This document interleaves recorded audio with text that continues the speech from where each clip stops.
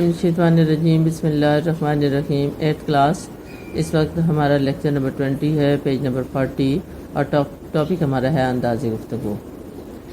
انسان اور حیوانات میں ایک بنیادی فرق زبان کا ہے، اور تمام مخلوقات میں سے انسان کو جو بہترین چیز سے نوازا گیا وہ اس کی لینگویج ہے۔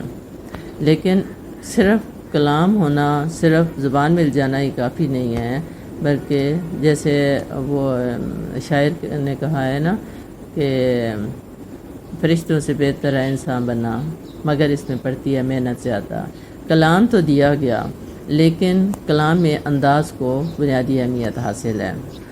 بعض اوقات ایک عام سی بات اگر تلخ انداز میں کی جائے تو وہ ناگوار گزرتی ہے، لیکن وہی بات اگر مؤثر انداز میں کی جائے، شیریں انداز میں کی جائے، دانشمندانہ انداز میں کی جائے تو وہ اس کا بہت فائدہ ہوتا ہے۔ لیکن اگر دانشمندانہ بات بھی تلخ انداز میں کی جائے تو اس کا بھی کوئی فائدہ نہیں ہوتا۔ لہٰذا گفتگو کے اجزاء کی طرح گفتگو کا انداز بھی نہایت اہمیت رکھتا ہے۔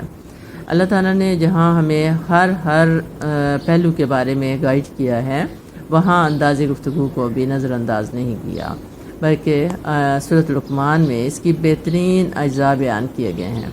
سورۃ لقمان میں اللہ تعالیٰ نے حضرت لقمان کی بعض نصیحتوں کا ذکر فرمایا ہے، اور حضرت لقمان کی یہ نصیحتیں تو نبی پاک کو ویسے بھی کی جا سکتی تھیں، اور نبی پاک کا تو خود اپنا انداز ہی بہترین تھا، لیکن حضرت لقمان کے حوالے سے کیوں اللہ تعالیٰ نے بتایا کہ اس وقت کے لوگ حضرت لقمان کو بڑے اچھے طریقے سے اپنے اندر کہانیوں کی صورت میں جانتے تھے اور فیملیئر تھے۔ اس لیے سورۃ لقمان میں حضرت لقمان کی بعض نصیحتوں کا ذکر فرمایا، اور دوسری امپورٹنٹ بات یہ کہ وہ نصیحتیں انہوں نے اپنے بیٹے کو کی تھیں۔ یہاں ہمیں دو چیزیں سمجھ آ رہی ہیں نا، ایک یہ کہ نصیحتیں کرنا، لیکن دوسروں سے پہلے کس کو کرنا؟ اپنی اولاد کو، اپنے گھر والوں کو، اور یہ سب سے زیادہ مؤثر انداز ہے، مؤثر طریقہ ہے۔ اگر گھر والوں کو نصیحت نہ کی جائے، باہر والوں کو کرتے رہیں تو وہ بھی ایک پہلو جو ہے وہ خالی رہ جاتا ہے۔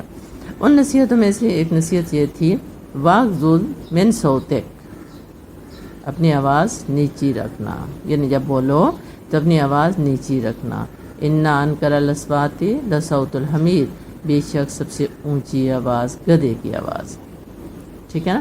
اب کوئی کسی کو دوسرے کو گدھا بھی کہہ دے تو اسے گالی کہتے ہیں نا، کہ یہ بڑے برے الفاظ انہوں نے کہہ دیا اور بہت بری کی چیز کے ساتھ ہمیں ملا دیا۔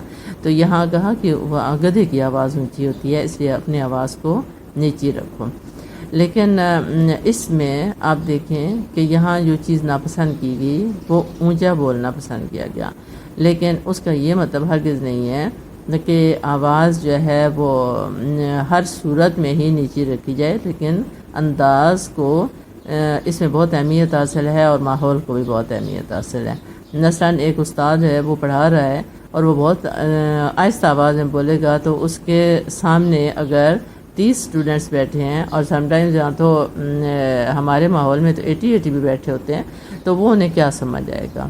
اور اس کے ماحول کے مطابق استاد کا بولنا ضروری ہے۔ کوئی اعلان کرنے والا ہے تو اس نے سب کو بتانا ہے، اس نے اس کے مطابق بولنا ہے۔ لیکن اگر آپ اپنے پاس بیٹھے ہوئے انسان سے بول رہے ہیں اور آپ اس طرح سے بولیں جیسے اعلان کیا جا رہا ہے، تو وہ آپ کا انداز مؤثر نہیں ہوگا۔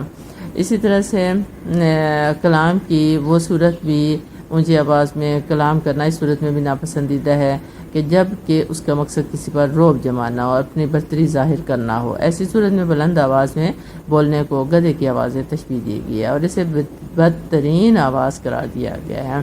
تو لہذا اس میں انداز کو ہم دیکھ رہے ہیں کہ بہترین اہمیت حاصل ہے، اور انداز گفتگو میں انداز کی ایک خاص اہمیت ہے۔